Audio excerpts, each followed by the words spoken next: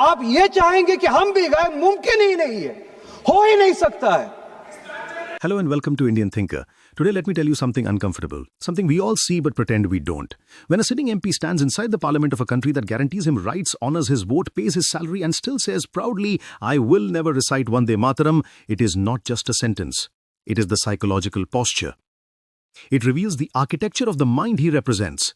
Because the refusal is one thing, but the pride in refusal, that is a phenomenon Ambedkar warned us about 85 years ago.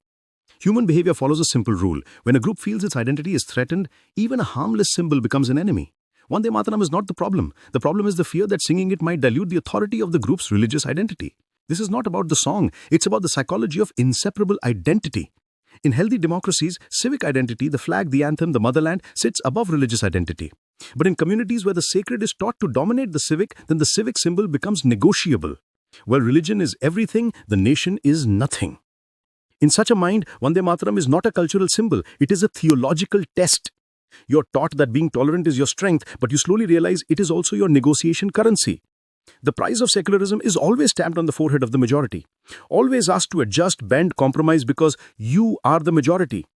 Philosophically speaking, this is called the asymmetry of expectation. The group that has more space is expected to shrink. The group that feels smaller refuses to stretch.